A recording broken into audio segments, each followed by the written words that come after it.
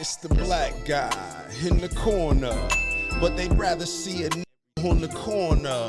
They say I'm stealing Nick's clips like I'm stealing Nick's chick, not knowing that I hit him first week for the lick. I said, Nick, I could post here while you post there. Let's run the ads up, then let's meet up over there. Good evening, everybody. You're watching America First. My name is Nicholas J. Fuentes. We have a great show for you tonight. Very excited to be back here with you tonight on Tuesday. We have a lot to talk about tonight, lots to get into. Big show. It's actually kind of a slow day. It's kind of been a slow couple of weeks outside of the Tucker cost, which has been ongoing.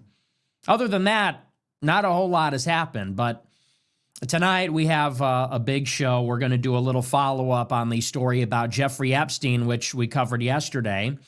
Our featured story is about how this bill, which was created by Thomas Massie from the Republican Party, Ro Khanna from the Democrat Party, has finally passed the House almost unanimously, 427 to 1. Think about that. The House of Representatives today voted 427 to 1 in favor of this discharge petition, which, as I said, was created by Massie, which will compel the Department of Justice to release the Jeffrey Epstein files.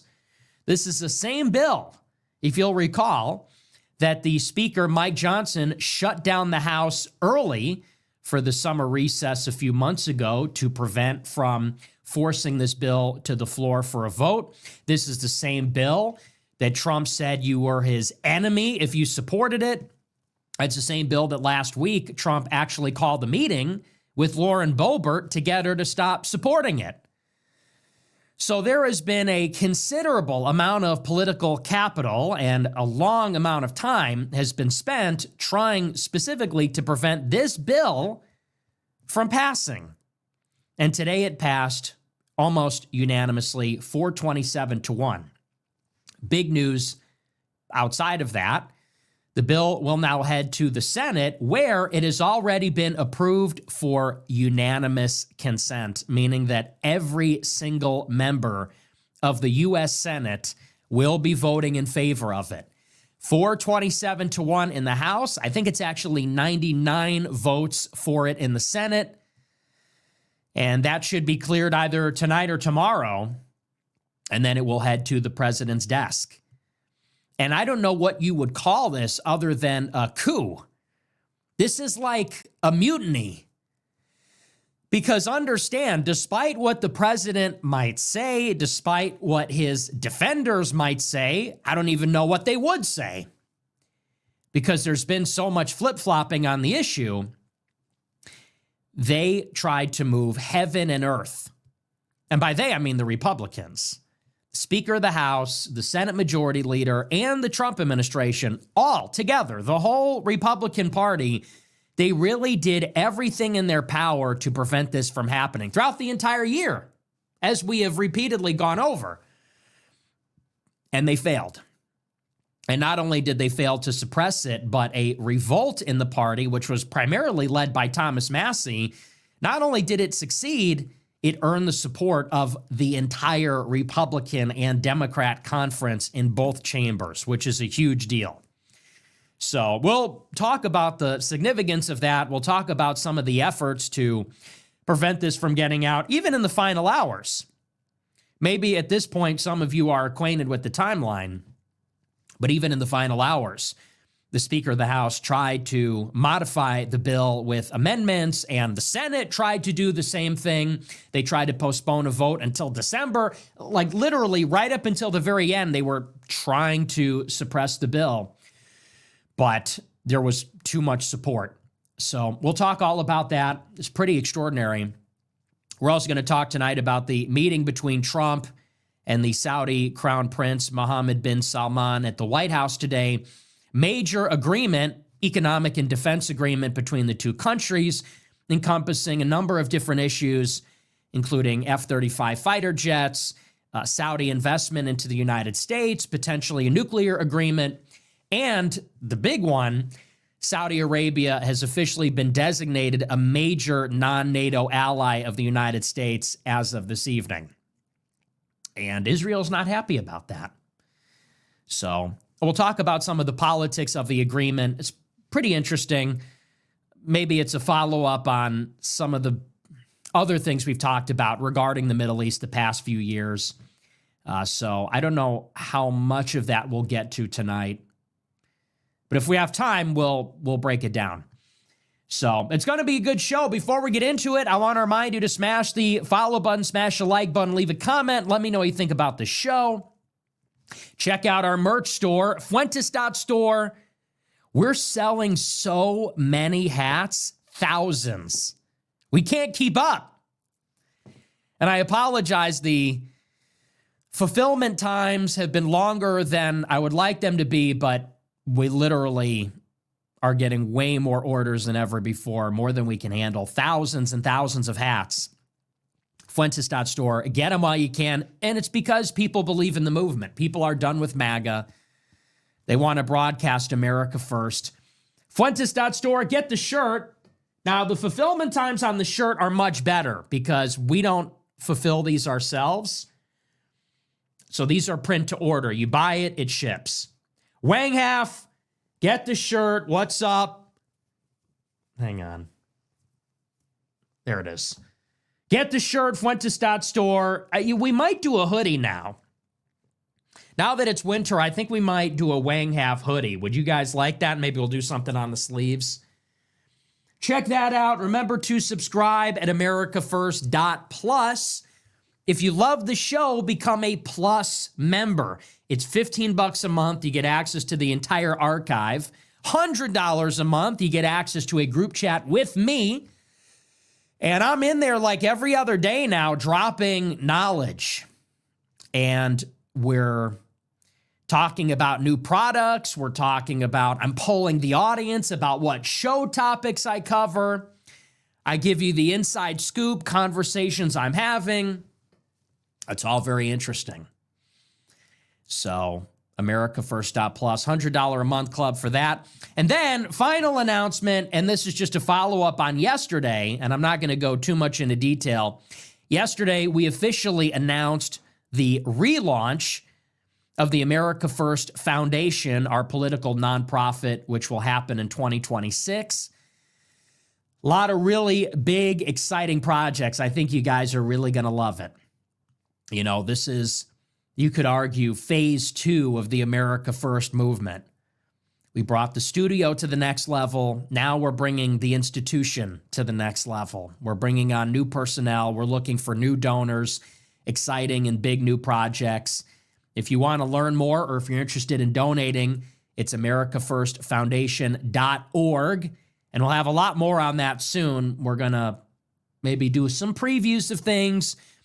Don't ask me about it because, like I said, we're working out the timeline, but the relaunch is scheduled for 2026, and we might have some stuff for you before the end of the year. So check that out, too. We already got a ton of people interested, donors and people that want to help. If you're looking to contribute, we're probably going to put out some form of an application early next year. So please do not email me saying, you know, I want to help, I want to get a job or something like that, because we'll put something out like that maybe at the beginning of next year. We're not really in a position to review tons of applications for something like that, but we will be later. Okay, that's all the news. That's all the announcements, I guess. With that, we're going to dive into the show. One quick thing before we get into the news. I have to say, so the Tucker cost appears to be winding down, and people have largely gotten over it. I think everybody's fine with it now. I think everybody's happy. I don't think anybody's complaining anymore. Everyone's really satisfied with how it has gone. But I have to say, I keep seeing these podcasts and think pieces. For example, today I saw a piece in the New Yorker about me. And I saw a clip from Megyn Kelly's show. She did a clip with that. What is her name? It's Jashinsky or something like that. Some Polish girl from Wisconsin. And I guess she's at Drop Site News or something like that. I'm not sure. Anyway, but Megyn Kelly interviewed some girl. And I saw this clip from the podcast. I read this piece in the New Yorker, and it's so amusing to me, which is that as this whole episode has unfolded over the past few weeks, you have the shills on the other side, of course, who understand perfectly well what we represent. And that is, we are the single biggest obstacle to Israel's domination of U.S. politics. That's why they have a problem with us. So they call us names and they say we're Nazis and Hitler worshipers, and that's all a load of nonsense. But they're attacking us head on and aggressively because they know what we really are. And what we really are, irrespective of the name calling, is we are persuading young people to stop supporting Israel. And we're doing that by giving them the information.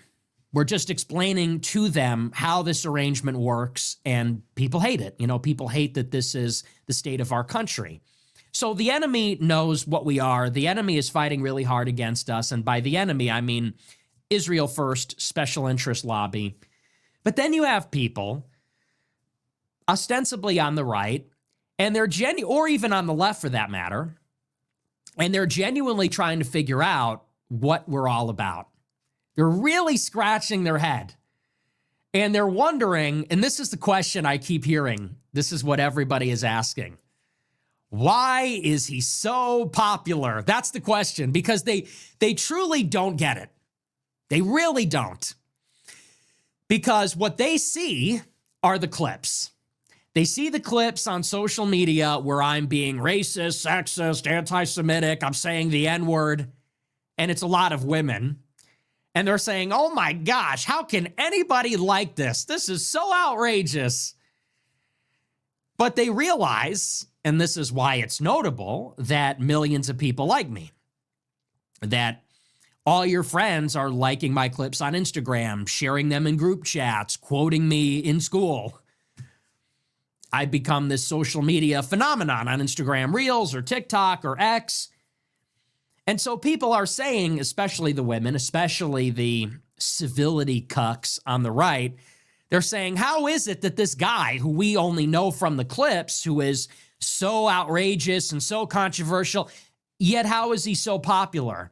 And they really have no idea. And so it's also a lot of these married men, these guys like that douchebag on The Blaze, who did his Dear Groyper letter. Did you see that? He goes, Dear Groypers, it's time to man up and make your wife happy. It's time to man up. Hey, listen, Groypers, time to man up and stop trolling on the internet. Time to get a job to provide for your wife and shut up. They don't get the appeal. And what's so amusing is seeing them spin their wheels trying to figure it out. I saw Megyn Kelly in this interview with Jashinsky. She goes, why is it that these young men love him? These disillusioned, angry young white men. Is it the economy? Is it because they want to criticize Trump from the right? That's maybe getting it a little bit more. A lot of them, the buzzword is always, it's angry young men. Angry young men. They're mad because the economy sucks. They're mad because whatever. And it's like, did you ever think that I'm right? Because here's the fundamental flaw in their assumption. They think that if someone likes me, there's something wrong with them. That's the assumption. And why? Because I say naughty words. Because I'm provocative. So they say, this guy is offensive. He's naughty. No one can like that. No one should like that. No one should agree with this because it's naughty. If you like that, there's something wrong with you. You're either retarded or you have some pathology. You have some psychological condition. Or it's an act of desperation. So they say, what is wrong with the young men that they like him? Oh, they're so emotional that they've suspended reason. They're so angry at their job prospects or lack thereof that suddenly this noxious, vile content appeals to them. And it's like, did you ever think the content's just good? Like it's funny? That's the thing. Like they'll simultaneously acknowledge like he's really entertaining, he's really funny. But if you like him, there's something wrong with you. Maybe I'm right. Maybe watch the show. Like watch the show. Watch 1 week worth of the show. You're not busy. I mean, what else are you watching, really? Take a break from watching the free press or whatever and watch the show for a week, and then you'll get it. You know, give it a chance. But they're all scratching their heads. What could possibly be wrong with the younger generation that they like the show? Is it because they're angry? It's like, no, it's because I'm right. We're right. And what we're right about fundamentally is that the material conditions in the country are bad. It's not like things are bad, people got angry, now they're really emotional. It's like, no, we're right. We're right about we have correctly diagnosed the problem in the country, which is that the government is corrupt. It just is. And the government is not efficacious. And by that, I mean it is not responsive to the actual needs and, to be more abstract or something dramatic, to the will of the people. It's that simple. The government is corrupted by money, by special interests. Clearly, the social contract is dead. The public at large has not consented to the major decisions that are being made about war, about AI, about the direction of the economy. Decisions were made about our country that the only thing we would do is finance, insurance, and real estate. That was a decision that was made without consulting the public. A decision was made that America is going to go to war to terraform the Middle East into U.S. territory. Another decision that the public has actually repeatedly voted against. And so there's many decisions that are made like this, and it's clear that the government is not responsive actually to what the public expresses, how they want the country to go in their vote, or the needs of the people based on declining quality of life. And so everybody's trying to figure it out. It's like, they're saying, now we have to pay attention to the young people because we don't like the show that they're watching. Like, they don't really even care about the people. Megan, and I said this, you know that they don't actually care about the young people because they treat me like trash. I speak like the young people. I think like the young people. The young people like me because I'm like them. And they hate me. Like, they can't make it clear enough that they hate me. Every think piece, the words they use to describe me, it's like so dramatic. It's like they're trying so hard to sound a certain way. That he's noxious, he's vile, he's reprehensible. Like, they're going to a thesaurus to look at every word. How can we say we hate him? Noxious, vile, reprehensible, despicable. And it's like, why? Because I make jokes? Because I make racist jokes? Shut the fuck up. Because I make sexist jokes? I'm a guy. I'm just like a typical, I'm atypical in many ways, but I'm a pretty just typical guy. I make racial humor, sexual humor. I'm a typical guy. And the women in particular and their accomplices, the wife guys and simps, it's just a question of tone. They hate the tone of the show. And on an underlying level, they really just hate the poor, because the concerns about demographic change and deindustrialization, these are really the concerns of the poor and the working class and the middle class. And so they hate the substance of it, that, people want to live in a white neighborhood without being a billionaire. People want to live in a white neighborhood without having a net worth of $25 million.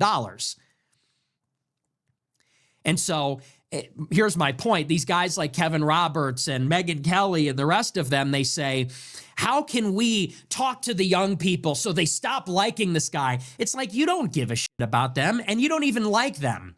You hate them, just like you hate me. And the only reason that now you want to try to make an appeal to them is because you don't like what they're thinking now. You don't like the things they're saying. You don't like that we're upsetting your apple cart. You don't like that the disgusting, vulgar peasants have stormed the palace. And so Megyn Kelly, and to a certain extent, Tucker Carlson and the Heritage Foundation and all these people, they are in the Capitol. They are in the palace. They make millions of dollars. They are rich. They all live in white neighborhoods because they can afford to. They have a they have a summer home and a winter home. They have vacation homes. They live in the richest zip codes. And so they go to these Republican events where everything is fine, and they're rich, and they're dressed in expensive clothes, and they eat expensive food, and they live in expensive houses, and they fly in private jets, and they have a security detail and the rest of it. And the vulgar peasants have stormed the palace, the groypers. We are the rowdy young men that want to reassert masculinity, that want to reassert patriarchy, real authentic Christianity, not lip service to it. We want to reassert whiteness, our European roots. And these rich people are just disgusted. These like decadent, feminized, over-socialized, rich donors and influencers in the conservative movement, they're disgusted. And they could barely contain their contempt. They say, ew, he's noxious, he's despicable. How do they? And then they want to go and talk to the crowd and say, why do you like this guy? Who hurt you? What's wrong? Too late for that, Too late. You already hate us. So I see these clips and these think pieces. I also saw from the New Yorker, they did a big piece today, and they said, maybe Nick Fuentes actually has a plan. Maybe he actually has a coherent worldview. They said, that's new. Is it new, or maybe you just started watching the show last week? Like, I could tell the author of the piece, he writes this article and says, suddenly Nick Fuentes sounds, his language is very precise, and he has a political plan, and his worldview is somewhat coherent. We've always had a coherent worldview. We've always had a plan. I've been saying the same thing for 9 years. But people just started watching last week, and they think, because they discovered it, now it's new. So it's time for everybody to get real comfortable hanging out here. It's time for everybody to meet the groypers. It's time to have an encounter with the groypers and get comfortable, because we are here to stay. As time goes on, it's going to become more like this, not less like this. As the country becomes more diverse, as the economy grows increasingly insolvent, as our debt problem becomes more acute, as things increasingly get worse and the stakes increase as time goes on, you're going to get more of this, not less. So get comfortable. This is the groyper era. This is the age of the groypers. So settle in, get comfortable. Try, please, to conceal your disgust for the lower classes and for men for 5 seconds. And maybe you'll begin to understand where we came from and where we're going. It's that simple. But to me, that's really the biggest point, is how much they hate the young men. Like, they hate young men. It really is the women. The women, they cannot conceal it. They hate men.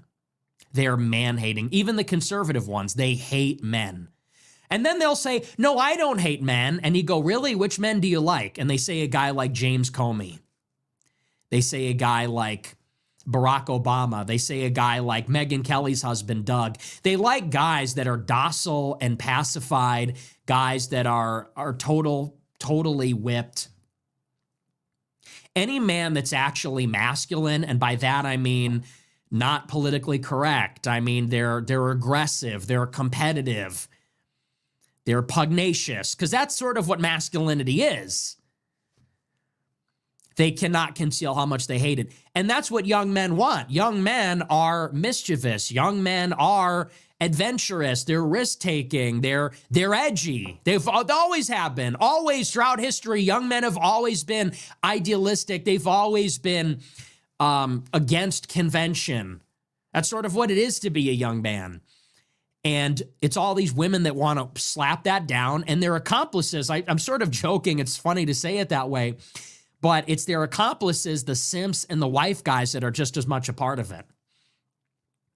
It's the Charlie Kirks. It's that douche from The Blaze who says, you come last. Your job is to procure resources for the nest. Shut up and go acquire straw for the nest for your wife and kids. And the young men are saying, I want meaning in my life. I want a life of consequence. I want a life of significance. I want to be a part of something. I want a life of adventure. I want to compete in the world. I want an empire. I want my domain. I want to be a man. And you have these pathetic, sad, Gen X, millennial, boomer men that are saying, settle for domestic life. The real end goal is a domestic life. They're trying to, and they see themselves through the eyes of the woman. The woman looks at the man who is content with the domestic life with approval, and the man sees himself through her eyes, what she approves of, what she considers to be reassuring. And young men are saying, I don't want to wind up like that. I don't want to wind up a captive in my own home. I don't want to wind up a captive in my own damn country. Because that's sort of what the political class and their accomplices are saying. They're saying, don't worry about the politics. Don't go to college, get married young, and fuck off. Like, that's basically what that is. Fuck off and make more slaves. Isn't that what that is? Because what we are, and this is the last thing I'll say because then we got to move on. What we are principally engaged in is creating a political consciousness. That's what we are doing. Make no mistake about it. We are waking up the people. We are bringing them a political consciousness. We are political creatures in a political age. We have political interests, and we are political actors. And so I am trying to give the young men a political consciousness, and that's really the problem for them. Because you could say what they are trying to do is suppress the raising of the consciousness. That's what all of those messages are. When they tell you don't go to college, just be a blue-collar worker, do you think there's a lot of blue-collar workers that are engaged in politics at the highest levels? Unfortunately, they're not. And people are not going to like the way that sounds, but it's just true. If you want to get involved in politics, you become a lawyer. When the billionaires, when the political class, when they want their kids to be in politics, they send their kids to school in DC or Virginia. They don't send them to trade school to be a plumber, obviously. Do the rich and connected send their kids to get an apprenticeship being a carpenter, or do they send their kids to Yale? Or do they send their kids to Georgetown or UVA? Seriously. Don't insult our intelligence. They say, go and be a plumber. And in a word, they're saying, fuck off. Don't worry about politics. We've got it covered. And when they tell you, have more kids than you can afford, what is that supposed to mean? It means don't worry about your student loan debt and your mortgage and your car debt, and don't worry about struggling to make ends meet. Just have the kids and keep your head above water. How is somebody that is living paycheck to paycheck going to be in politics? How is that going to happen? Once again, did Charlie Kirk do that? Did Candace Owens do that? Or did they get married very late in the game? Candace Owens got married when she was, 30? Charlie Kirk got married when he was, 30? When did they make their first million, and when did they have kids? So building wealth is another thing that helps you become an activist in politics. When you're telling people, drown in debt, don't worry about the money, just have your kids. And then they say other things. I've seen Oron McIntyre and others, they say, I saw Jay Dyer say this. They say, don't worry about what happens in DC. Don't worry about what happens in the Middle East. Don't worry about the maintenance of our empire that we pay for, that our kids are going to die in. They say, worry about your school board. They say, fuck off, go live in Ohio. Go be a plumber, get married young, have some kids, and go live in Ohio or whatever. Go live in Indiana, go live in Nebraska, and you just go and worry about your local school board. We've got it covered. And so what they're principally engaged in is suppressing a political consciousness. And I'm trying to raise the consciousness of an army. And I'm trying to get young men, and in particular young white men, to understand that they are a part of a theological battle. The Jews know it, the Muslims know it, and on an ideological and a racial level, the blacks and the Hispanics know it. They're mobilized, they're conscious, they're politically conscious. The DSA, the Latinos, the Black Power people, the socialists, the Muslims, the Jews, they understand this game. They buy up businesses and they help their family. They get involved in student life and they become political activists. They become part of the city council. Like that's a political consciousness, and they're fighting for what's theirs. They're fighting for a share of the pie. They're fighting to assert their vision. Brandon Johnson voted on in Chicago, voted on a resolution condemning Israel's conduct in Gaza. Why don't they tell him to worry about, Austin? Why don't they tell him to worry about his neighborhood in Chicago? He became the mayor. How about Zoran Mamdani? He was some rapper. Now he's the mayor of New York. So, what we're really engaged in is telling the young people, we need to stick it to the man. Tell these champagne free market people, the champagne conservatives, the atheists, the Jews, the immigrants that are running the Republican Party, fuck off. You're not going to tell us that we're not invited to the party. We're blowing the door down. And you're going to get groypers. You're going to get groypers with our vulgar, low-class sense of humor. You're going to get groypers with our white identity politics. You're going to see them in the halls of power. That's the end game. So, anyway, these are just some things I've been thinking about, mulling over lately. It's like Tucker Carlson, and I like Tucker, but Tucker always goes on and on about, my friends in the CIA, my friends in the intelligence agencies, my friends in these like Tucker's traveling the world, meeting with foreign governments. His son is working for J.D. Vance. And then he tells all of you, well, hey, just go to trade school and have more kids than you can afford. It's like, really? I don't know. I think we should be working alongside your kid. If it's good enough for your kid, it's good enough for our kids. If you're concerned about the maintenance of U.S. empire, so am I. I know I'm from Chicago, but, I'm interested in American empire also. So, anyway, we're going to move on. Maybe more on that later. I want to move on, get into our featured story for tonight, this Jeffrey Epstein bill. This is huge.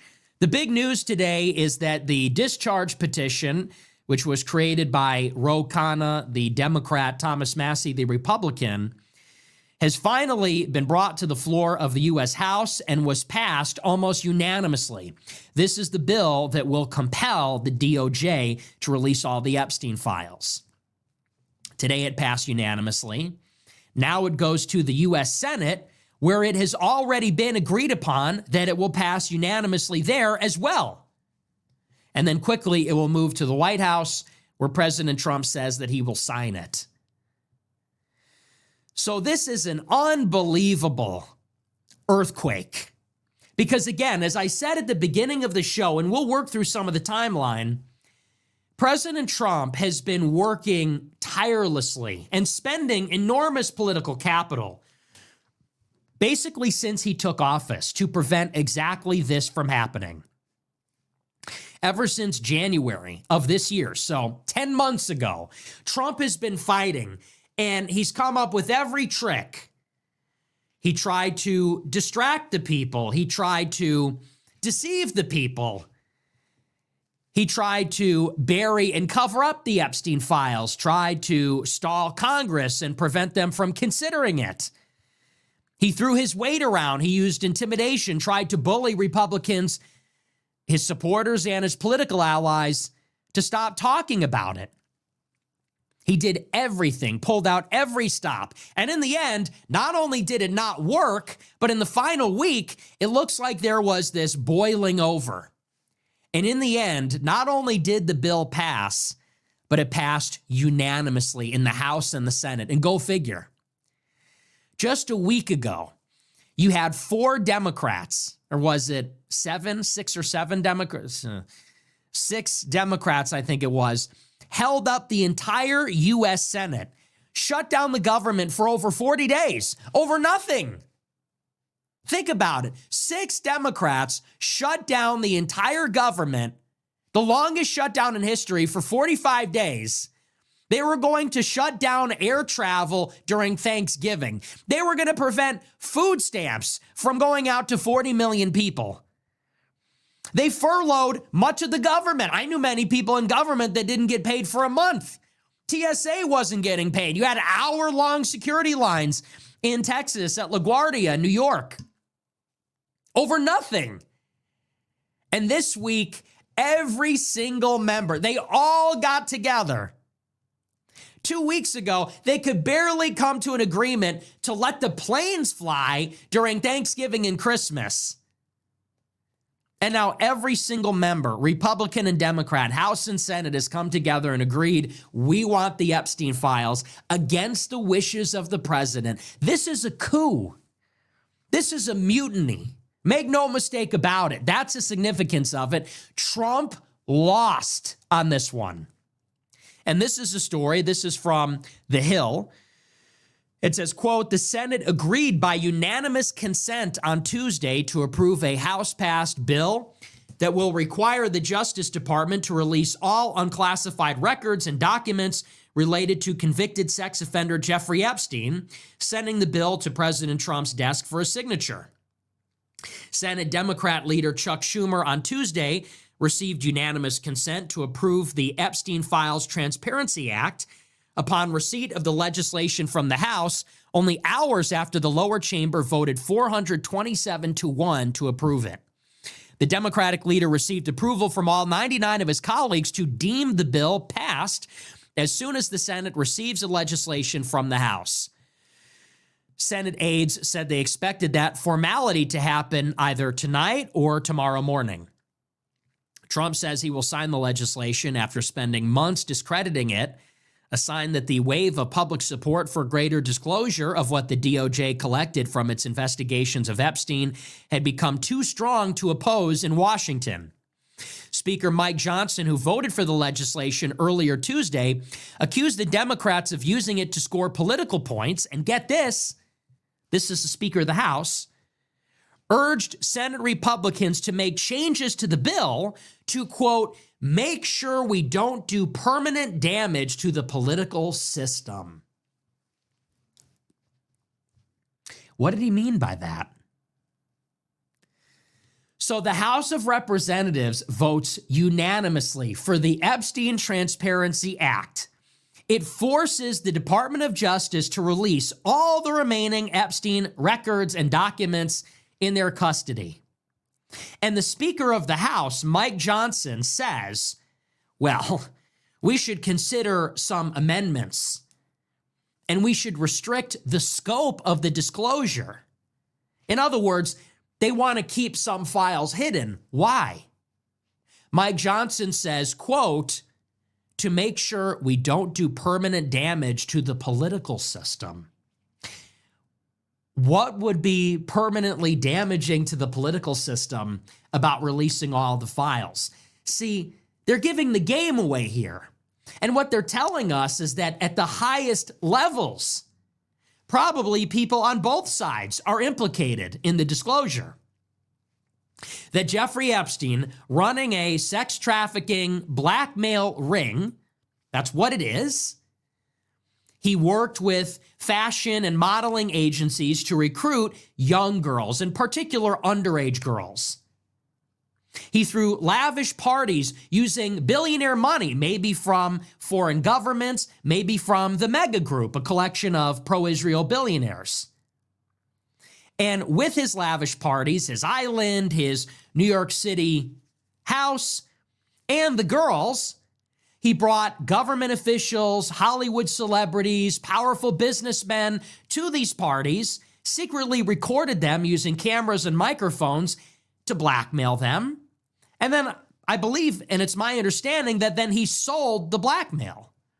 He functioned as sort of an intelligence mercenary, working with CIA, working with Israeli military intelligence, working with MI6. And it appeared to form some kind of triangle between the Labour Party in England, the Labour Party in Israel, and the Democratic Party in the United States, but also overlap with all the other political actors in those countries, and forming something like a intelligence mercenary outfit triangulating between these three countries, which is a very conspicuous triangle. And Mike Johnson says we cannot release all the files pertaining to this situation because it might permanently damage the political system. Why? Because it might undermine its legitimacy and credibility. If we found out that the government was being controlled using blackmail and bribery, because it would undermine confidence in our government, in our democracy. If we learned that our civilian elected leaders were not answering to the will of the people, but were actually being controlled by foreign governments, intel agencies, that our tax money, that our government, our military, our regulations are actually under the control of shadowy forces that are engaged in sexual trafficking and blackmail, working for God only knows who. Why would we want to maintain a political order based on that? That's sort of the whole point. We want this to destroy the political system. Were we not clear about that? That's the whole point. That's the whole point, by the way, of the Trump movement. The political system is not working for the people. The political system is not answerable or accountable to the people because the political system is corrupt. And at these bottlenecks, this is where intelligence mercenaries, foreign governments, money is exercising undue influence in a way that is concealed from the public for an agenda that we don't know about and maybe we don't even understand. Our sovereignty, our freedom, our liberty, our independence has been stolen from us by this system. Why would we want to maintain this system? That's the goal. The system is corrupt. The system has to be destroyed. That's the whole point, is to undermine its credibility, undermine its legitimacy, so that it can be overthrown and replaced. And we're not calling for a violent revolution. We have elections in this country. That's what elections are for. We have a constitution. And if we have free speech, if we have our First Amendment, if we're able to access the public square on social media, then the will of the people should overpower the money. In this case, if we find out who was on the island, we're going to vote to replace everybody that was complicit in it. And that might give you some hope that we can peacefully replace the political system. That's the whole point. Johnson says we can't give away the whole game because then it might undermine the political system. Why? Because you're all guilty? Is that it? Because it's all true? Because you're all guilty and you know that if we saw all the Epstein files, nobody would pay their taxes, nobody would vote, because why would you? What would be the point? You're paying parking tickets while they're being blackmailed for child rape? You're paying taxes, you're forking over 25% every year. 3 months out of the year, you're working for the government, and that money is being controlled by people that were on the island? Yeah, hopefully there would be a revolution the day after that. Hopefully the political order would collapse the next day. That's sort of the point. And you and Kevin McCarthy and Frank Luntz and Trump and Bill Clinton and all of it. Yeah, the whole point is to throw all of them out. And I don't even care who replaces them. They say, what about the progressive left? What about them? They say, what about the reactionary right? What about it? So anyway, that's his comments on it, but it goes on. Thankfully, Johnson was not successful. Johnson's pleas fell flat after Representative Thomas Massie, the lead Republican co-sponsor of the bill, warned the Senate, do not muck it up. The House passed the legislation days after a discharge petition circulated by Massie and Ro Khanna, the lead Democrat sponsor, garnered 218 signatures to force the bill to the floor. 4 Republicans signed the petition: Massie and Representatives Marjorie Taylor Greene, Nancy Mace, and Representative Lauren Boebert, to help turn the tide in favor of the legislation. So let's go over the timeline here just to give you a quick refresh. So Trump promises during the election total transparency. He says we're going to release all the files, we'll be the most transparent administration in history. He gets into office, and that is not the case. Weeks go by, and there is no word on the Epstein files. Finally, in the spring, he invites these idiot conservative influencers to the White House, like Mike Cernovich, who is about as dumb as he looks, Jack Posobiec, corniest person in politics, Scott Presler in his cowboy boots, D.C. Drano, otherwise known as Rogan O'Handley, but don't be confused by his Irish name, he is Jewish, among others. And you remember they take the infamous photo op. They're posing outside the East Wing with their binders that say Epstein files. And people say, what the fuck is this? Put them online. Don't put the Epstein files on paper in a binder that you give to like these idiot conservative influencers. Put it online so that we can see it. So the conservative influencers come home, they upload the binder, and people say, okay, so we've seen all these files before. It's a fake out. So let's be very clear about what took place there. They tried to trick us. That's what that was. That was not an accident. That was not a mistake. They intentionally tried to deceive the public. And they insulted their base. The GOP and the Trump administration and Pam Bondi and Kash Patel, they gave a giant middle finger to the base. The base said, we want the files. And they said, oh, well, here's some things that we already released in a gimmicky binder with your favorite influencers on Twitter. And they thought that, I don't know, no one was going to read them.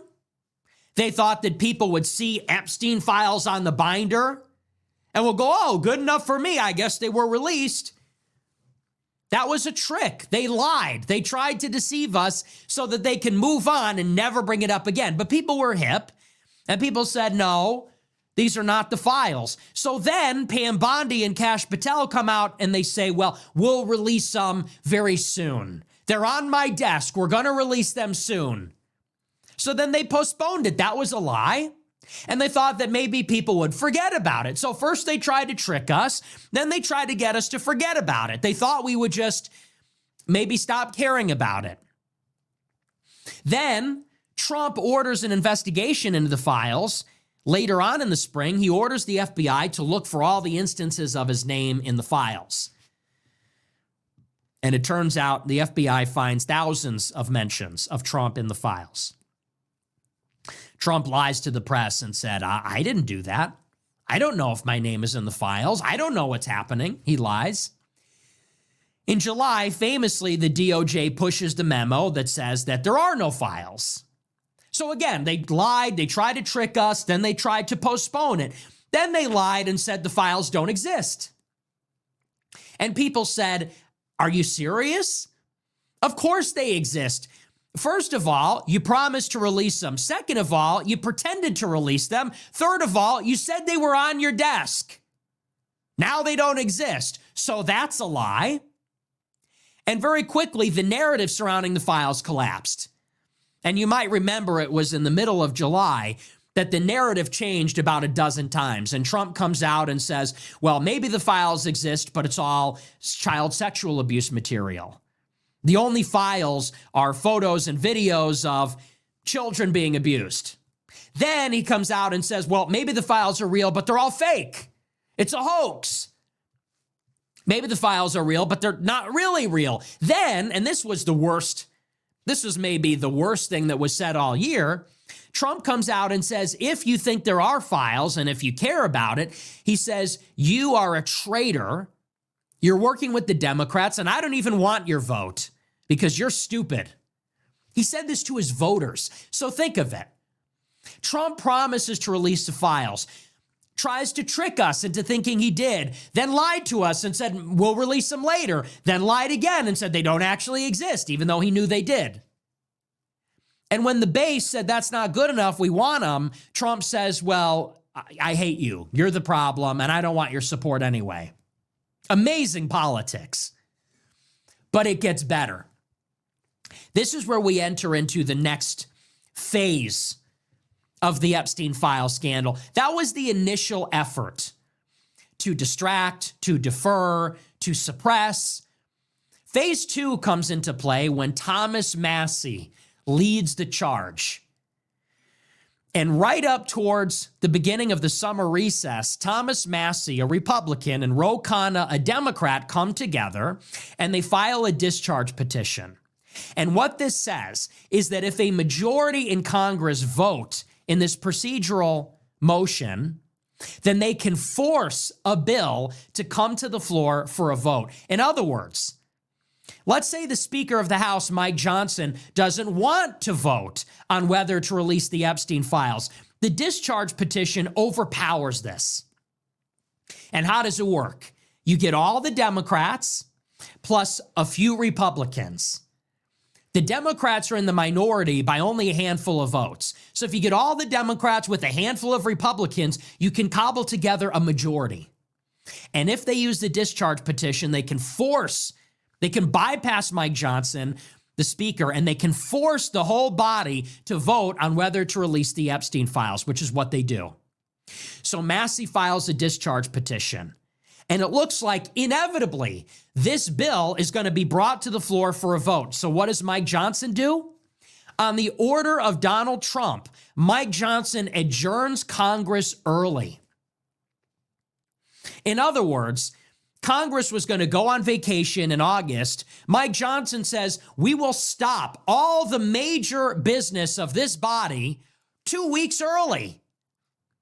For one reason, because Trump told him to, because if he didn't, they would take up the Epstein file bill. So think of it. They went through the motion of releasing the files, then they delayed it, then they tried to cover it up and lied about it, then they tried to bully everybody. Then they literally shut down Congress to stop the files from getting out.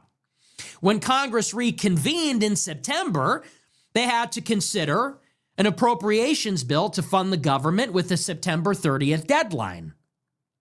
And there was a lot of disagreement over Obamacare subsidies and other things, so we entered the longest government shutdown in history, 45 days.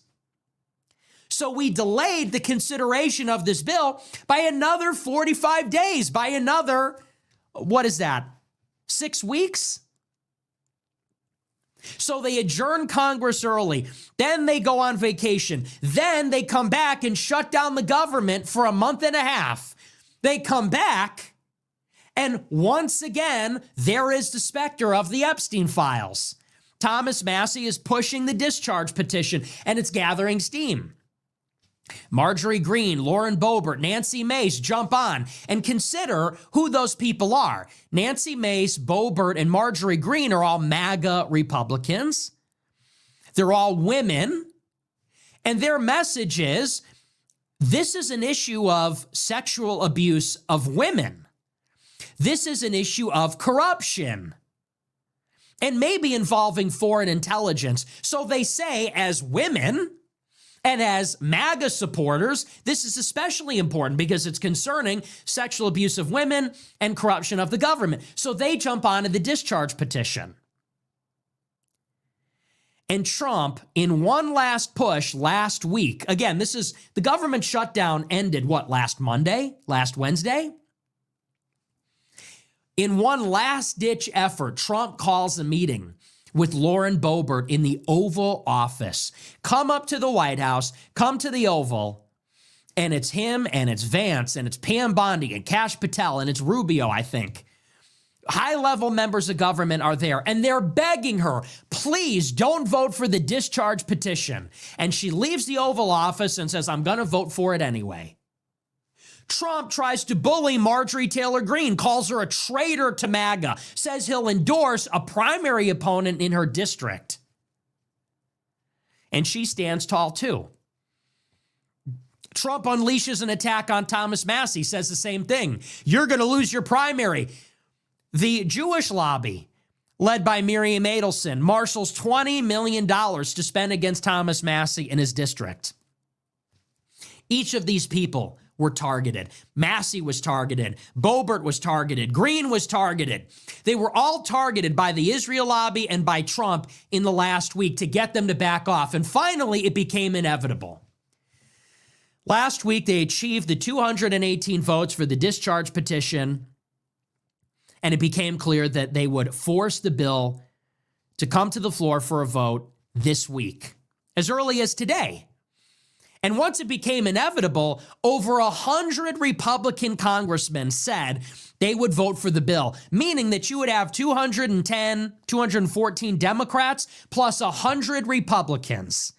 It became an avalanche. It snowballed. It became inevitable that this would pass. And once it became inevitable, Trump comes on Truth Social on Sunday and says, all right, fine. I'll release the Epstein files. Once he signaled support, it became unanimous. And then today, every Republican and every Democrat voted in favor. And once it became unanimous in the House, it became unanimous in the Senate. But even on the last day, the Speaker of the House, Mike Johnson, tried to modify the bill and restrict what would be released. And even today, the Senate Majority Leader, John Thune, said, well, maybe we'll take up the measure in December. So even after Trump capitulated, they were still trying to restrict it, to postpone it. But it was so overwhelmingly supported, unanimous, that both of those objections fell by the wayside. So the Senate took it up immediately with no modifications, no amendments, and now it will be adopted tomorrow. And once you know the whole story, you really understand this was a true mutiny led by the Democrats and a handful of MAGA Republicans. Think about that. If it were up to Trump and the GOP, we would never see the Epstein files. And remember, it's not because they couldn't get around to it. They can't blame it on the Democrats. They can't blame it on the deep state. It became very clear and open that Trump was the chief obstacle. Trump was effectively trying to exercise a veto over the whole thing. He was standing in the way alone. He and the Republicans. What does this tell us about our system? We are constantly being told that the reason we never get what we vote for is because of the Democrats. If the Republicans don't deliver on what they promise, well, it's because they don't have a big enough majority. It's because of gridlock. It's because of the Democrats. It's because of political realities. These are all excuses. This is maybe the best example of it. Here, Trump himself was trying to thwart the will of the people. Trump himself was protecting Epstein and his accomplices. Trump himself was protecting the corruption, shielding the corruption from exposure and accountability from his own base. And what was the playbook that he ran with? He tried to blame it on the Democrats. He said, well, I can't deliver on my promise because if I did, well, the Democrats would use it. Does this not tell you how politics works? And by the way, if the Republicans had a bigger majority, Trump would have been successful. Think about that. In an alternate timeline, if the Republicans had a 20-vote majority, then 3 or 4 MAGA Republicans could not be the fulcrum. They could not swing it the other way with the Democrats. If Republicans had more power, they would have suppressed the files, and no one could have done anything about it. Because in the end, the social media campaign isn't what did it. Public pressure isn't what did it. Public discontent, unpopularity, that's not what did it. What did it is that you just had 4 people, 4 doing the right thing in the lower chamber. Not even in the Senate, in the lower chamber. 4 congressmen out of 435 did the right thing. And that is what compelled Trump and the whole GOP to deliver for the voters, to deliver accountability. 4 people acted as the swing, as the fulcrum. In that moment, they had all the power. They overpowered the whole rest of the party by working with the Democrats. And this is where you begin to understand how we have to play. This is the game that we have to play. We're not going to win the majority of the country. We're not going to win the majority of the votes. But if we could put a couple of people selectively placed, if we could get in the middle and create leverage, that's the key word. Balancing between the Democrats and Republicans, if we can create leverage, then we can get what we want. Being on Twitter is not leverage. Hate to tell you that, but if you go on Twitter and express discontent, that's not leverage. If you go and make your voice heard, you chimp out at the president, that's not leverage. Having a few congressmen that are willing to defy the president and the Republican Party, that's leverage. That's real power, having the vote. Inside the institution, that's leverage. Being willing to break with the Republicans, being politically independent, and in a certain sense, being outcome independent, that's leverage. Now, you can imagine a future. Let's use our imaginations for a moment. The country is split right down the middle.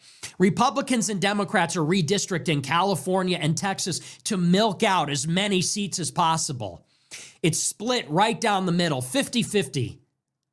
In the Senate, in the House, it moves a little bit each way. Let's imagine a future. Let's say in 2032, where an America First movement forms, and you have people running maybe as independents, maybe as Republicans, and in just 5 districts, let's say, you have America First, independents and Republicans with seats in the House. And what if they voted as a block and they were not loyal to the Republican Party, they were not loyal to Trump, they were not loyal to Israel? And what if in that same year, you had a balance of power in Congress where between Republicans and Democrats, maybe one or the other party only had 3 votes as an advantage? Those 5 congressmen could swing it one way or the other on anything important. The Republicans might need them to overpower the Democrats. The Democrats might need them to overpower the Republicans. Leverage. How about in a presidential election? Let's say somebody runs as an America First Republican in West Virginia or in Idaho or some state that is going to have a handful of electoral votes. What if the Electoral College comes down 269, 269? You're going to need every electoral vote that you can get. What if an America First spoiler candidate runs in a presidential election and maybe they win 2 or 3 of those states, maybe Idaho, maybe West Virginia, maybe Oklahoma, the deepest red states, and maybe between them they get 10 electoral votes. Republicans are going to need those to be viable. The Electoral College could go one way or the other, could decide the election. This is what we're talking about. This is why, by the way, Trump and loyalty to the GOP is not the end-all, be-all. Supporting Trump and the GOP does not give us leverage. It does nothing for us. No bargaining power. No power to make an ask. And what happened in this Epstein saga is that a handful of MAGA Republicans dragged Trump by his collar, kicking and screaming all along the way. Think about it. For the past 4 months, Trump has unleashed an attack on Thomas Massie. Brutal attack. And on social media, the cadre of pro-Trump influencers attack Massie for everything. And Trump attacks him on Truth Social, and the Israel lobby spending money. But Massie and 3 other Republicans, Boebert, Greene, and Nancy Mace, God bless them. I have my disagreements with all of them, but they're heroes today.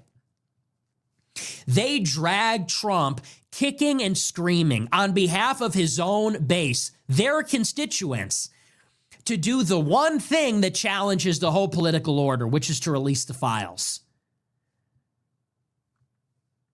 That's a blueprint for the future. And arguably, this is the moment when America First demonstrates that it has legs.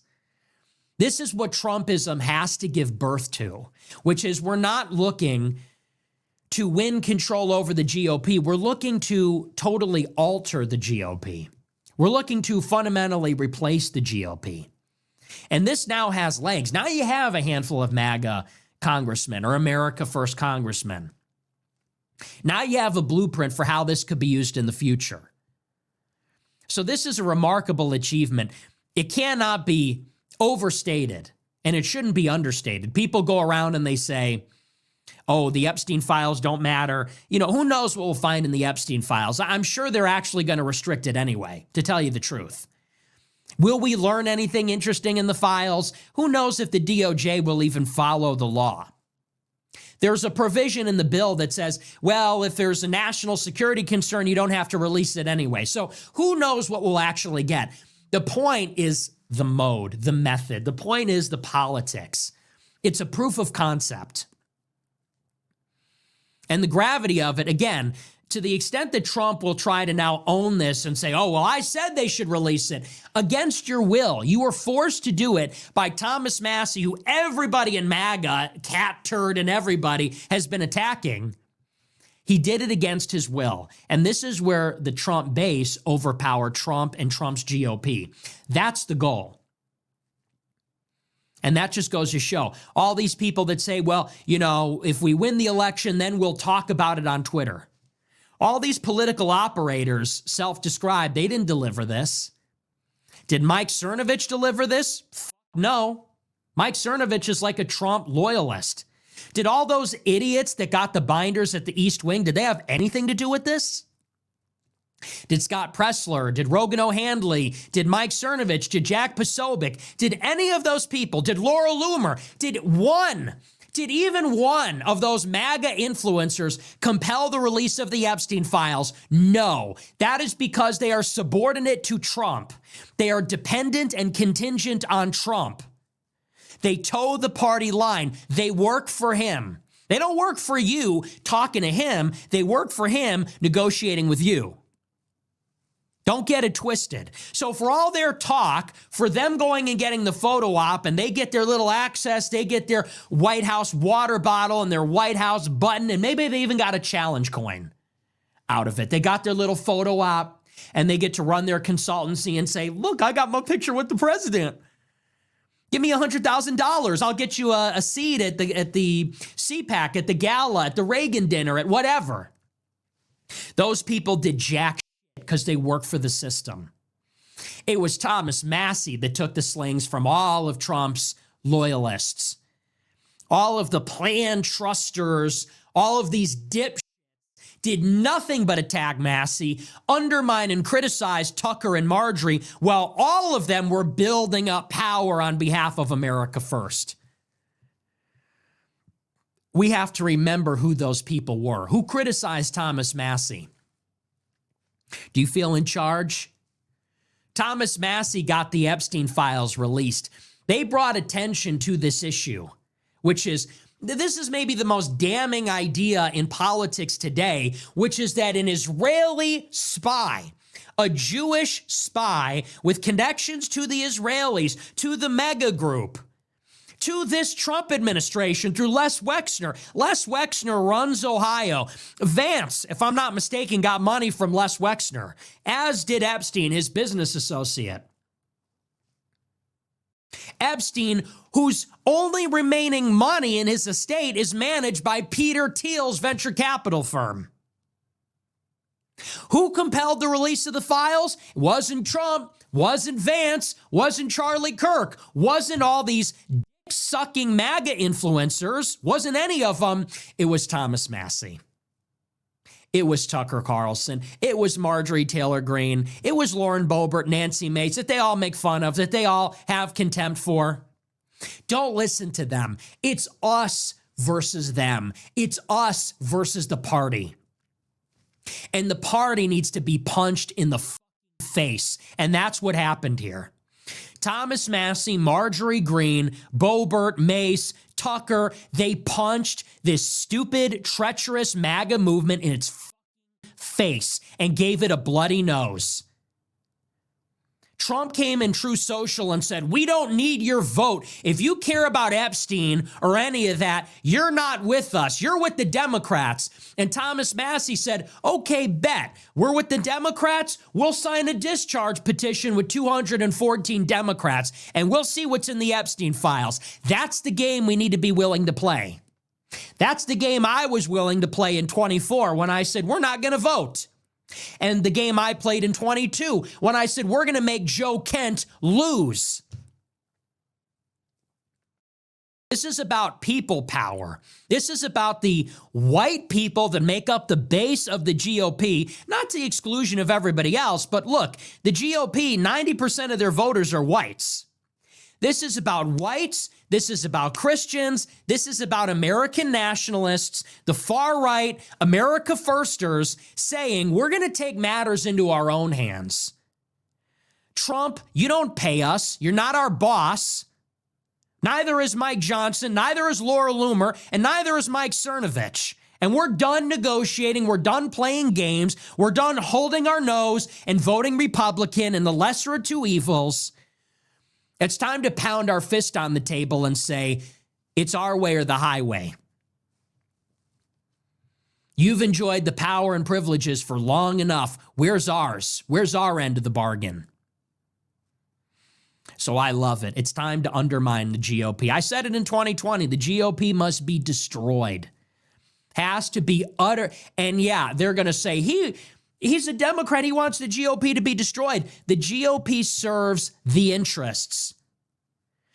The GOP, as presently constructed, serves the interests, the special interests, the donors. Everybody knows that. It serves Silicon Valley and little tech.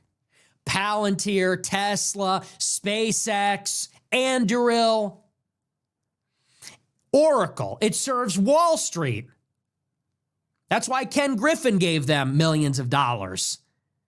It serves Miriam Adelson and the Israel lobby. This is who they work for. This is who selects the cabinet. This is who makes the policy. That's why they cut the corporate tax rate and they did nothing else.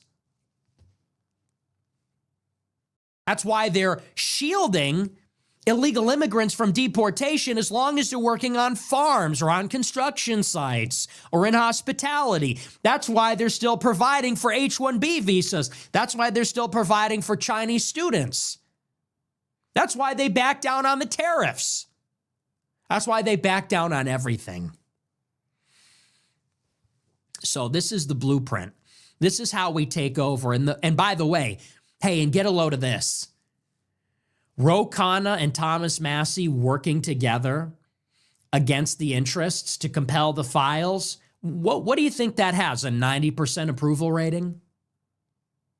If you had progressive Democrats and nationalist Republicans working together, let's say to compel the release of the Epstein files, what kind of approval rating do you think that has? 90%? And what if they got together and they opposed foreign aid to Israel? What approval rating do you think that would have? 90%? What if they got together and worked on the basis of a common interest? Do you think that that Republicans or independents running under that brand, do you think that that would become more popular or less popular over time? 4 becomes 8, 8 becomes 16. It snowballs. And we need to propel someone into the White House that is just a populist. And here's where we're going to have to give. This is going to be the compromise. Very simple. The left has to give up immigration. That's simple. The left is going to have to give up. Look, we can have equity and we can have equality in the country. We can have civil rights. We can have all those things. But we have to close the damn borders. We have to close it. Too many illegal immigrants. Too many legal immigrants. That has to be the compromise. The left has to give on immigration, and the right has to give on the free market. If the right can come down on healthcare and on a social safety net and maybe on some subsidies for education, and if the left can come down on the anti-white open border stuff and they can agree that we have a country, that party will win 90% of the vote and rule for a century. That's the compromise. That's the populist compromise. Why is it that for the left, it's like they don't even care about anything else. It just has to be open borders. And on the right, it's like they don't care about anything else as long as it's foreign aid to Israel and war in the Middle East and war with Russia. That's the kind of program that we need. And that's what they're terrified of. They're terrified that the left and the right are going to come together on the basis of stop supporting Israel, on the basis of close the borders, on the basis of restricting money in politics and the influence of the oligarchs. That's what they're terrified of. So this is the blueprint. We have to build on this. But that's that. I do want to move on. I want to get into, well, you know what? Maybe we'll save the deal with Saudi Arabia for tomorrow. I think we're at almost over an hour, right? Let me take a look when I started the show. I think I started at like 11, right? So let me see.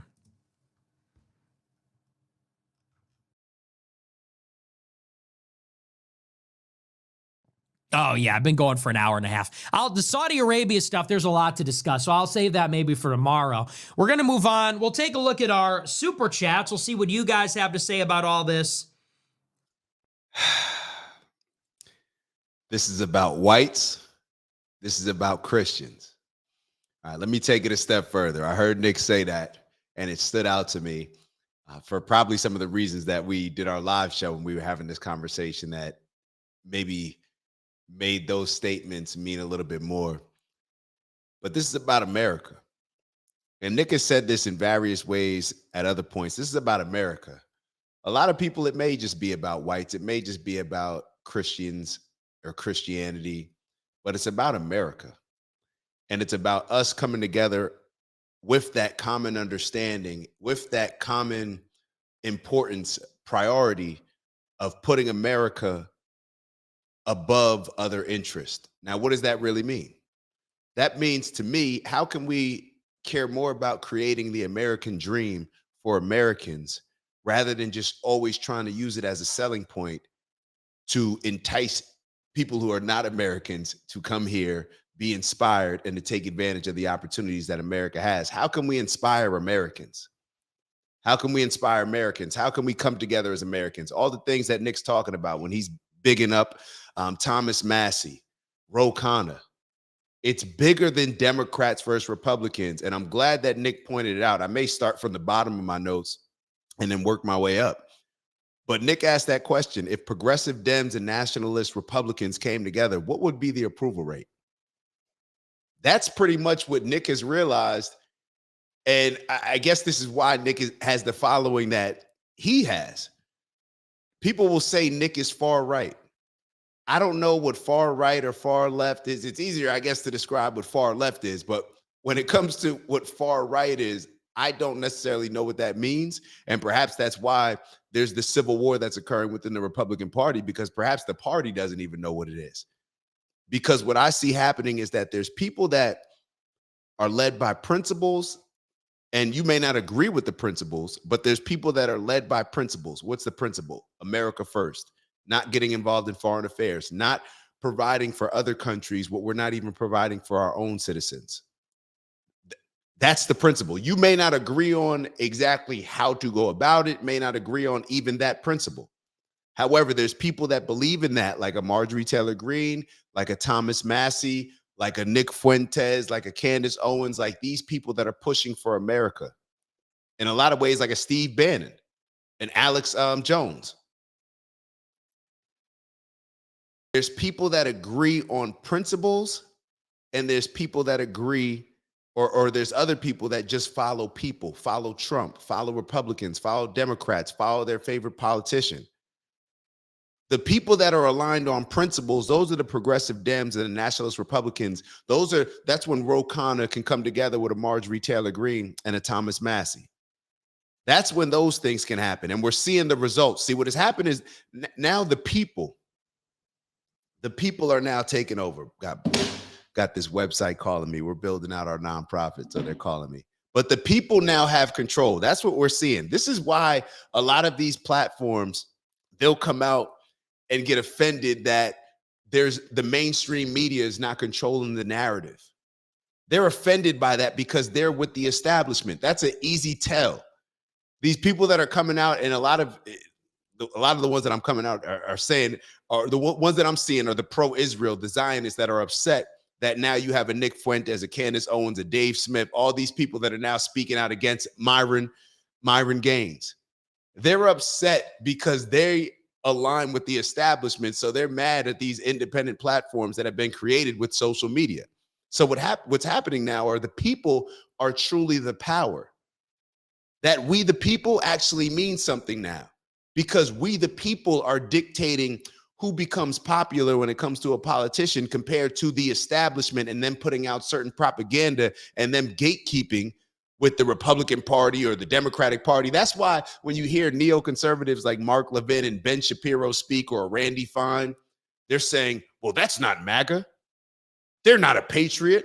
They're not Republican. They're trying to gatekeep conservatism. They're trying to gatekeep it in the way that they see it, that benefits them, their agenda, and the people that they align with, the people that donate to them, the groups that they're affiliated with, that they prioritize over America. But now we, the people, have a platform. So what's happening is the Thomas Masseys of the world, the Marjorie Taylor Greenes, they now have more power than they've ever had. And there's more accountability across the board when it comes to politicians that has never been there. So what's going to happen to the Thomas Masseys and the Marjorie Taylor Greenes? Their stock is going to rise. While everybody else's stock who aligns themselves with the establishments, we're going to talk about Speaker Mike Johnson and how goofy he sounds in the Epstein files. You're seeing what happens when the establishment is no longer in control of the narrative. His stock is going to plummet. The people that are actually standing on business, standing on principles, standing on morals, standing on values, standing on prioritizing America before anything else, and the American citizens before anything else, those are the people that we're going to appreciate, and their stock is going to rise. We are now entering that point where we have become the power. Now, perhaps Trump should get some credit for getting us to this point, but one thing that he will not get credit for is accomplishing what he initially set out to do, what he told us that he would do. He's not going to get the credit. Here, Trump had the opportunity. I really thought that Trump had the opportunity to go down as one of the greatest presidents of all time. If he just delivered on certain things, if he didn't allow himself to get bullied by neoconservatives, by pro-Israel Zionist lobbying groups, he could have gone down as one of the greatest presidents in the history of our country. But it's okay, because we should never put our fanaticism, our faith in a person more than we put it in the principles. As long as it happens, hey, we should be good with it. Now, I'm not saying that we should be good with Trump. Nah, Trump is looking very bad out here. And depending on who becomes the next president, because we know where the culture of America has shifted when it comes to politics amongst the people. Depending on who's the next president, they're now going to have the opportunity to do what Trump couldn't do, to do what Trump wouldn't do. Let me say that, because it was just based on decisions. A lot of people, Trump couldn't release the Epstein files. No, we're seeing that he could. He just decided not to.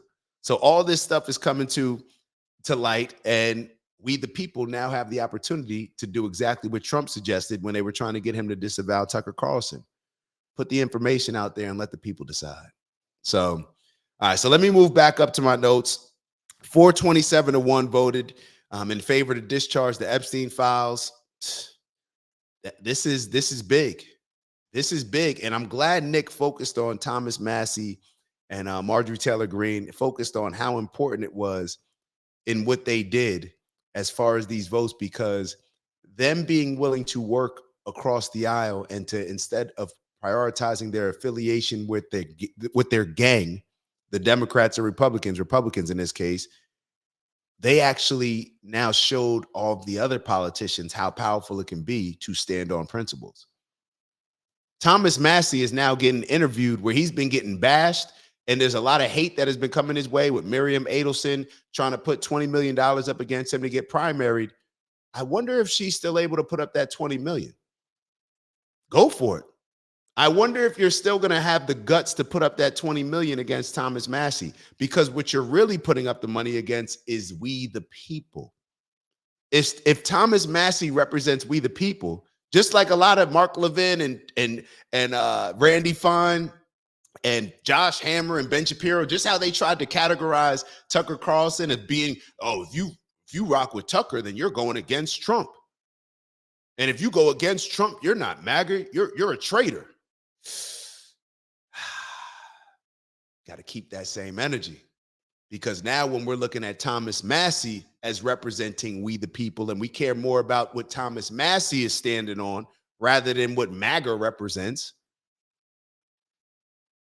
Now, when Miriam Adelson puts that $20 million up, now we're looking at it like Miriam Adelson is trying to buy our government. We the people, we rocking with Massie. Why is Miriam Adelson, a billionaire that cares more about Israel, putting money up against our politician that was willing to go against the Miriam Adelsons, willing to stand up against the Donald Trumps for the people? You think we're just going to let that go? You think we're just going to let it fly that Miriam Adelson is putting up $20 million against Thomas Massie, the person that was the David against the Goliath, who stood up for the people, the person that was, when we look at the scripture, I'm not saying that Thomas Massie is Jesus, but if you were telling the story and making a connection and using an analogy, it would be Thomas Massie standing up for the people while all these other powers that be tried to crucify him, but he still stood on business. You think we're going to allow you to, especially in this current climate, we're going to allow you to just bully Thomas Massie? You think that that's going to be a good look as you're trying to convince us that Jewish Americans, AIPAC, Zionists, and pro-Israel groups, while you're trying to convince us that they don't run our government, you think that that's the way to go? Good luck. In my Taken voice, right? Good luck. Liam Neeson, for those that aren't familiar with the Taken reference, man, y'all don't watch movies. All right, so let's keep going. They assume that, so all right, so people are trying to figure out, I'm going now to the beginning of the show where Nick was talking about people are still trying to figure out what's Nick's secret sauce.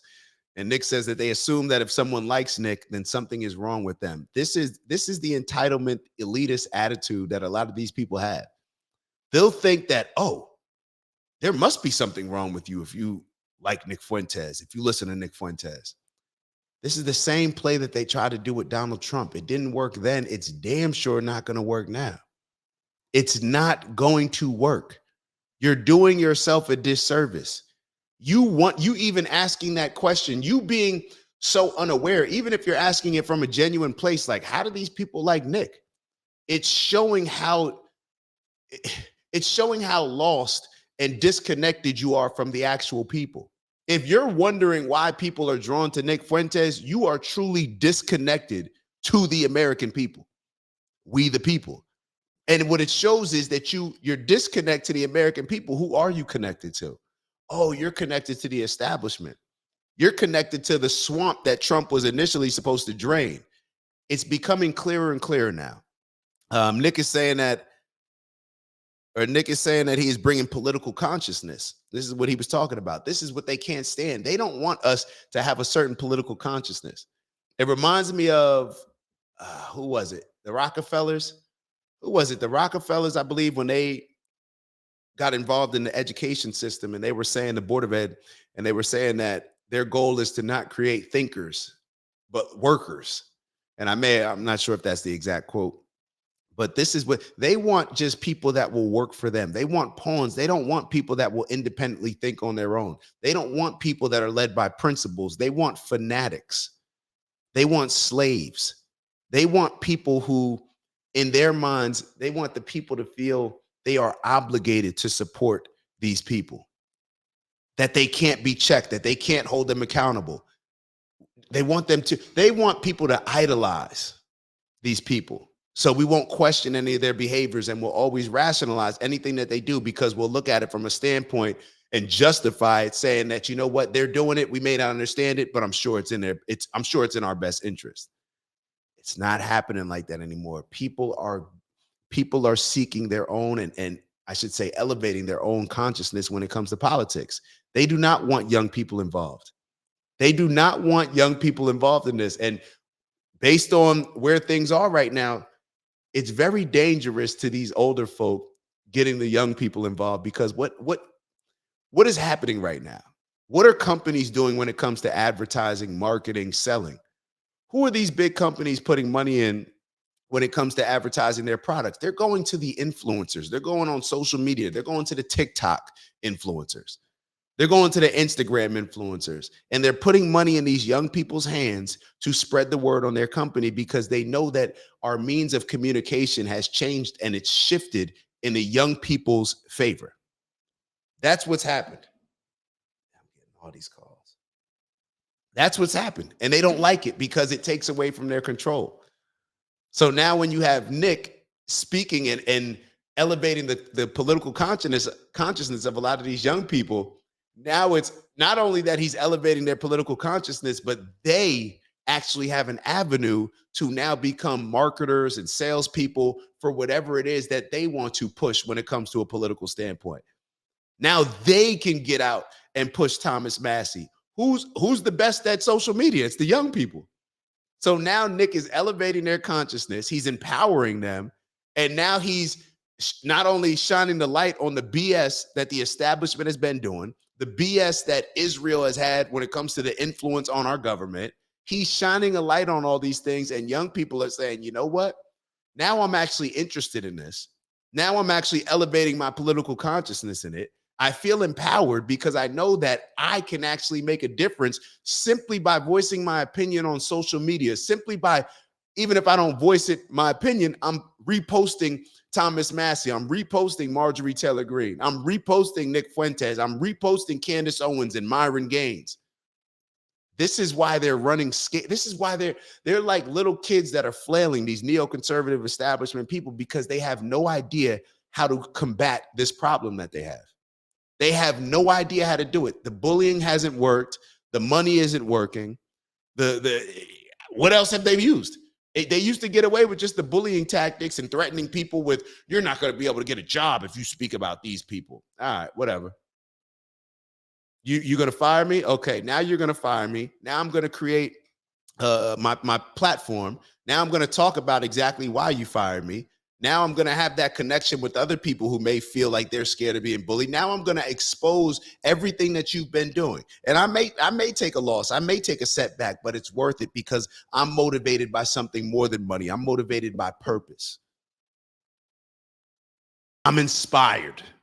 That's what's happening that they just can't stand. All right, let me keep going. So Nick says that this is why they're telling you to be blue collar. And I'm not sure that I totally agreed on this part of what Nick was talking about when he said that the wealthy people, they send their kids to become lawyers at schools in DC and Virginia. They're not sending them to be plumbers. I didn't like when he said this because I don't think that he's actually seeing the entire conversation through.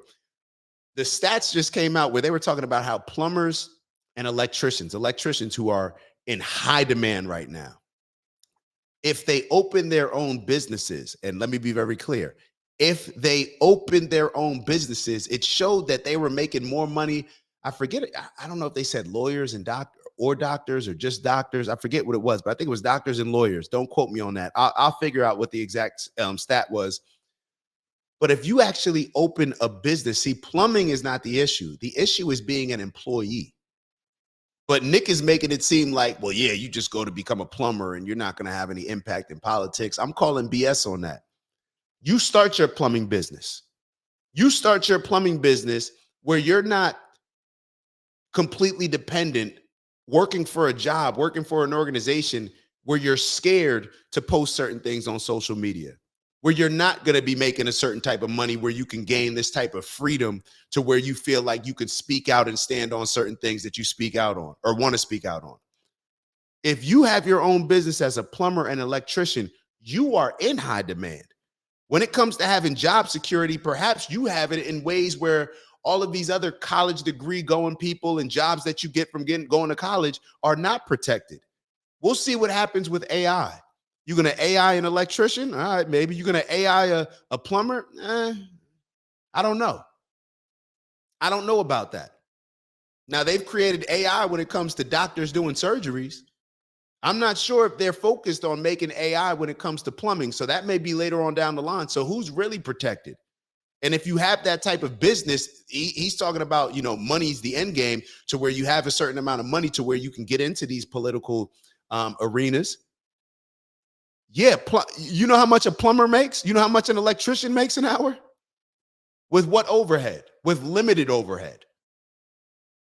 So I don't want to slight, the people that are, the plumbers and the blue collar workers.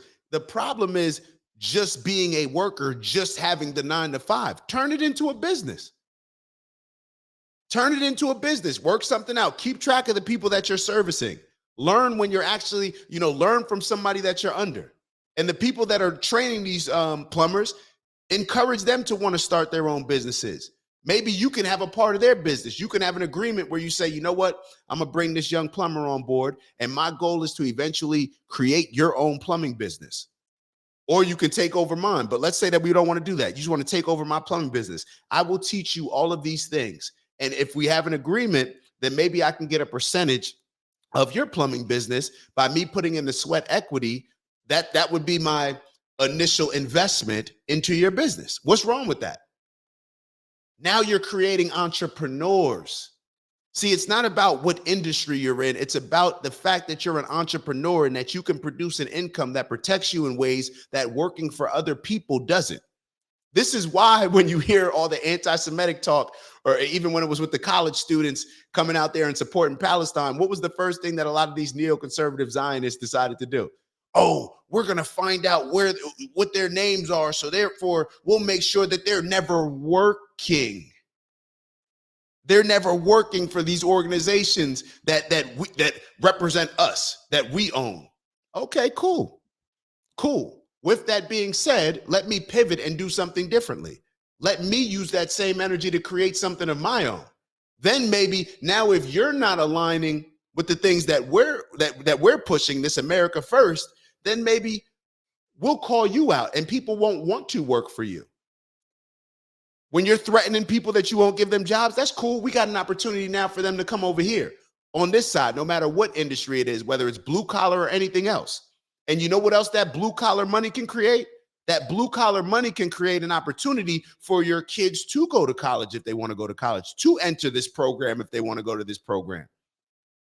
So let's not just leave it as, oh, it's just blue collar, it's just this. No, and I'm not saying that Nick is saying that, but I don't want people's takeaway to be something because he didn't elaborate on it, and it just may be something that he's missing. No, it's not about whether it's blue collar or white collar. It's about whether you're a worker or if you have an independency based on you having your own business. That's where I see it. So y'all can give me feedback and tell me, what y'all feel about it. But that's where my mind is on it, because I don't want to push people away from these blue collar jobs where now in America, a college degree doesn't mean anything.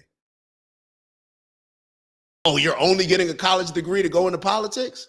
I mean, who has the money to just enter, go to get a college degree, you're going to go in debt, and then you're going to work for a nonprofit or work in a political organization where you're not making any money? And you're 25, 26, 27 years old, still trying to pay stuff back. Or you can be a plumber, go in and start learning that at 17, 18 years old, work to have your business at 25, 26, Now you're making money. Now you have the opportunity to, y'all see where I'm going here.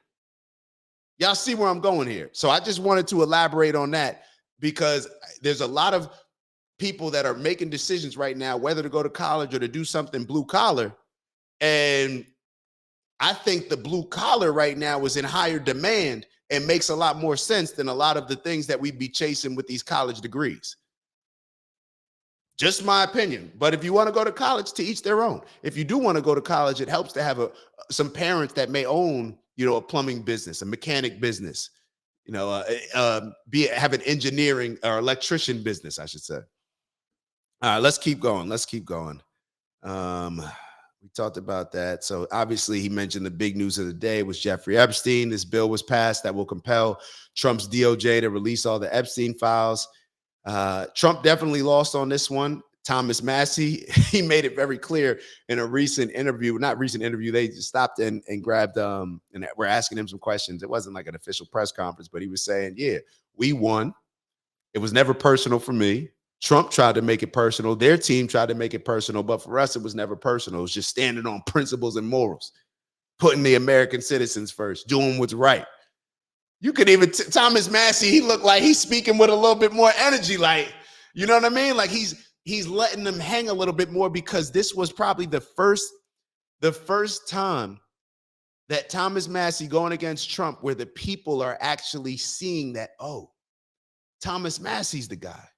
He's actually maybe the guy that we want to get behind. He's actually the guy pushing America first. And it's exposing what Trump has done. And it's also exposing Speaker Mike Johnson and a lot of these other people and what they're pushing. And most importantly, what it's doing is it's giving Thomas Massie the spotlight. It's giving him the support from the actual people. So I'm glad that he's finally given his credit. So let's getting his credit. So Speaker Mike Johnson, so this is wild.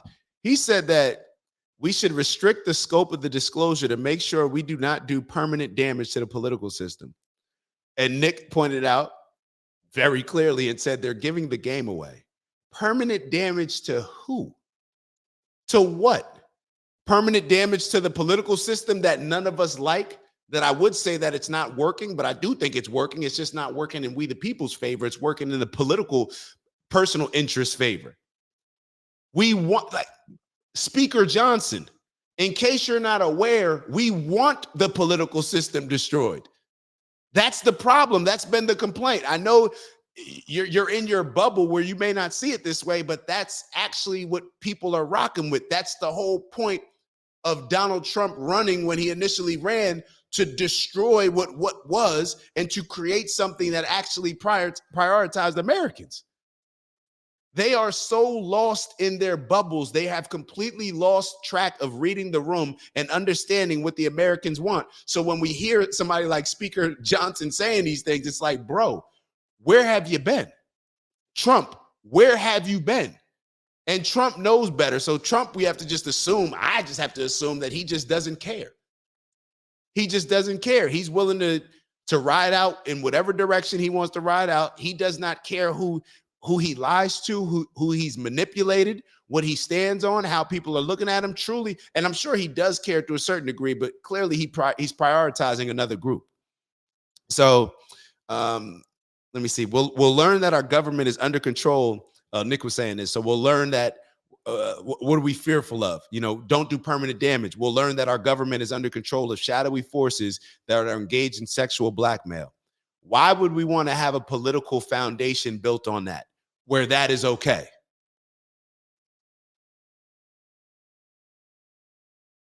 I'm realizing more and more how disconnected these people really are, and how much of it, like, this is all just an act. Like, these people are just getting up and acting like they've just been given their roles for the day or for the year or for the term, and just say, hey, this is the role that you're going to play. We may make some adjustments in your lines, but don't worry, we'll let you know.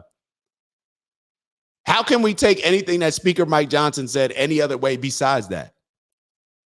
So, yeah. And Nick brought up a good point as far as we have to remember that Trump did lie. He lied about all this child trafficking. His administration lied. They said that it was just videos of child pornography or something like that. But it's not just that, because we just saw the emails, Trump. So it wasn't just that. So we know that you're a liar.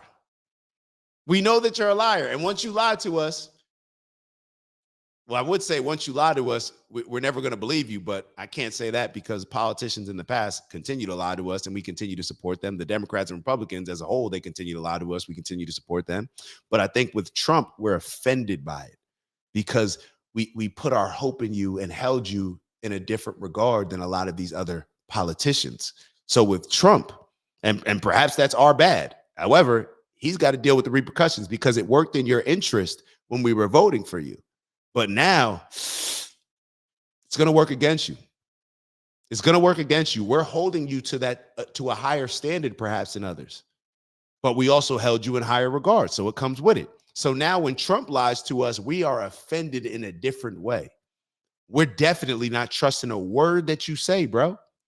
It doesn't unless you jump on that grenade and just expose everything and say, you know what, I'm willing to go down with the ship in order to save the American democracy, in order, or republic, whatever you want to describe it as, in order to save America. I'm willing to go down and jump on this grenade in order to save us from these political parties that just align themselves like gangs with different agendas that they're pushing no matter what. No matter what, whether it violates their principles, morals, values, the commandments of their religion, doesn't matter.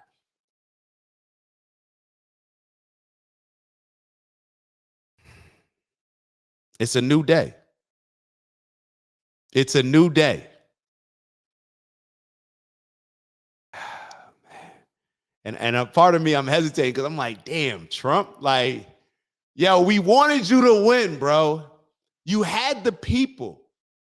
You had the people, bro, and you just bowed out. Like you just threw the game. You threw the game. You got through all the trials and everything of them politicizing, weaponizing the courts against you. You got through all that and you won. You got to the point where it was just time to just stand on business and you folded.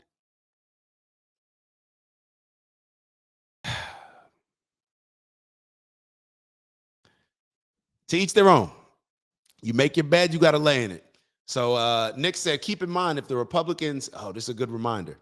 Good reminder. If the Republicans had more of a majority and more power, these files would still be suppressed. Just think about it from that standpoint. If there were more Republicans in that, or if they had more of a majority and more power, then Thomas Massie's vote wouldn't have meant what it meant. Those 4 people that changed sides and did the right thing, they wouldn't have mattered. Now, would they still have done that? I don't know. A guy like Thomas Massie, he seems to stand on business. If you look at the things that he's voted for, and this is why Trump can't stand him, because he doesn't just align himself with what Trump says. He aligns himself with something bigger, some principle. He's based on principles, not based on his allegiance to his group. So now is the time. We have this opportunity now to realize how much power we, the people, can truly have. We're done voting for the lesser of two evils. Nick said this. He made it clear. We're done with that. You're no longer gaming us with that. We just won't vote.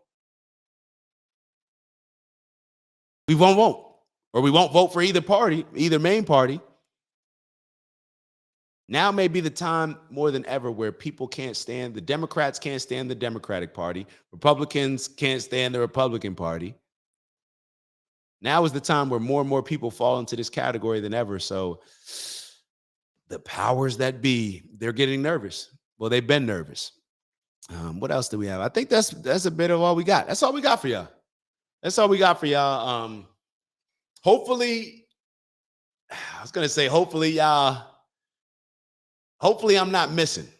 Hopefully I'm not missing. And if I am missing, hopefully y'all will let me know. Y'all know what I always say, my bias may play a role in not allowing me to be as objective as I'd like to be. So definitely let me know. Y'all know I appreciate y'all just continuing to tap in, to build, to grow the channel together. And more importantly than all the likes and subscribes, we appreciate the likes and the subscribes, but I always look forward to y'all, sharing your opinion, leaving a comment, and giving a thumbs up or a thumbs down, but just letting us know exactly where you may be seeing things, sharing your perspective, because it takes a lot to be able to, jump out the window and share your perspective. So it's appreciated. So on that note, y'all continue to rock out. Like. I know I said it. Make sure you like. It's important to like, subscribe, and turn your notifications on, because we can't afford to allow the algorithm to control us for any longer. We got to be intentional in every area, the content that we're consuming to any other area of our life. So on that note, I'll see y'all soon. Ew. It's the black guy in the corner, but they'd rather see a nigga on the corner. They say I'm stealing Nick's clips like I'm stealing Nick's chick, not knowing that I hit him first week for the lick. I said, Nick, I could post here while you post there. Let's run the ads up, then let's meet up over there. Let's figure out a split that's honorable and fair. Tell me where you trying to take it. Bro, I'll meet you there. 1600 Penn, Wash, D.C. Swear I saw the vision riding through the DMV. I envision prayers, but I could do VP. Hillbilly, Elegy, fuck, I look like JD. Shout out my cheat code, Dave and Karen raised me. And my big bro, a nuclear family. And they don't like that. Strong fathers in the crib, BLM fought that. LBJ society created all that. Victimhood mentality, I can't embrace that. And everything they taught in school, assume it's all cap. Everything I said I'd be, I am that. Everything I said I'd be, I am that. Everything I said I'd be, I am that. Ain't no introduction, just some fun facts. In case you were wondering, I am that.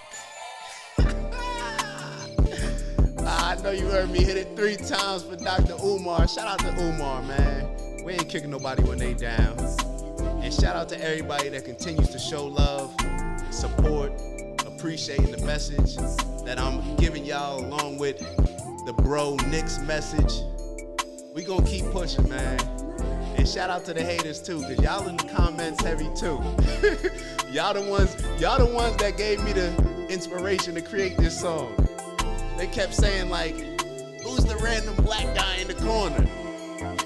I am.